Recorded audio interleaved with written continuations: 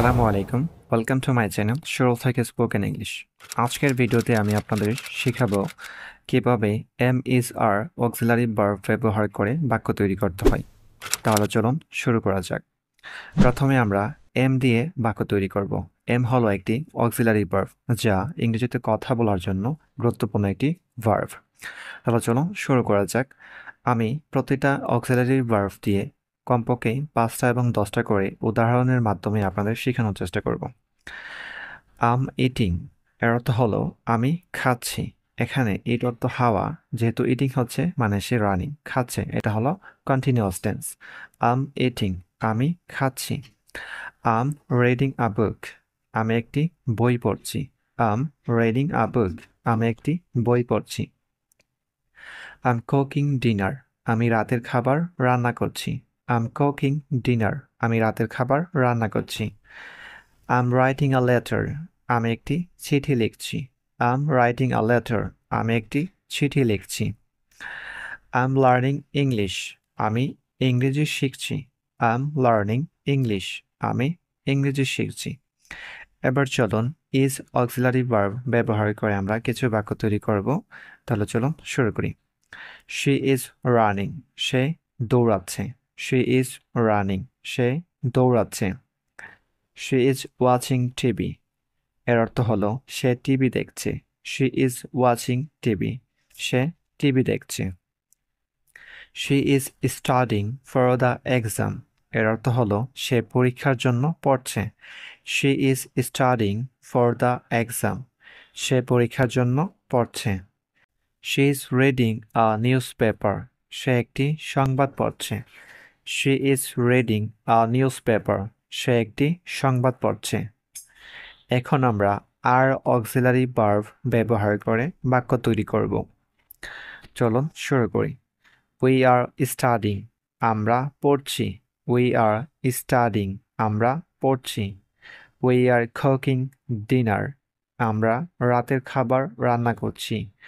We are watching a movie আমরা একটি movie দেখছি। We are watching a movie আমরা একটি মুভি দেখছি। We are travelling a Paris আমরা প্যারিসে ভ্রমণ করছি। We are travelling to Paris আমরা প্যারিসে ভ্রমণ করছি। উই আর প্লেয়িং সকার আমরা ফুটবল খেলছি। উই আর প্লেয়িং সকার আমরা ফুটবল খেলছি। এখন আমরা ইজ ব্যবহার করে কিছু বাক্য তৈরি করব। হে ইজ স্লিপিং সে ঘুমাচ্ছে। হে ইজ স্লিপিং সে ঘুমাচ্ছে। হে ইজ ওয়ার্কিং লেট সে দেরি করে কাজ করছে।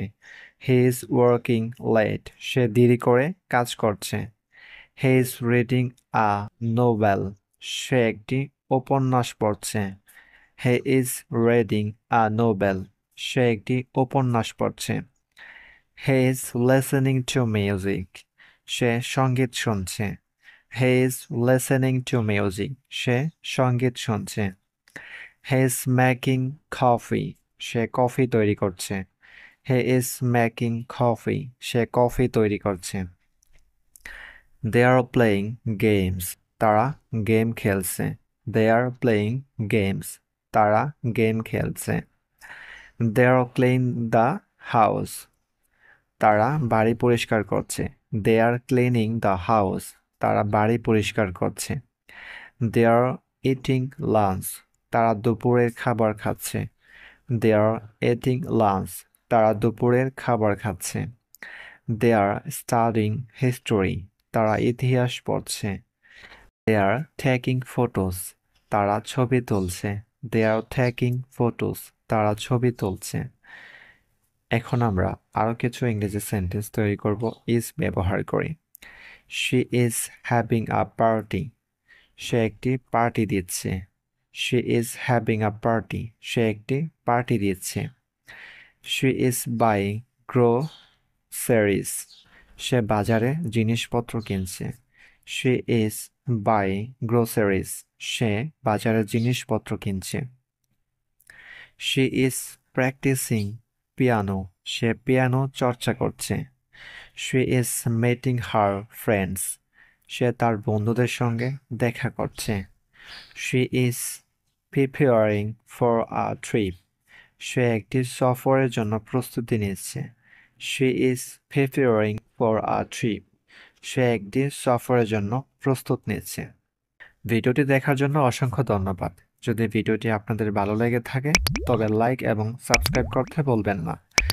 কমেন্টে জানান কোন বিষয়গুলো পরবর্তীতে আপনারা শিখতে চান। দেখা হবে পরের কোনো এক ভিডিওতে। আসসালামু আলাইকুম।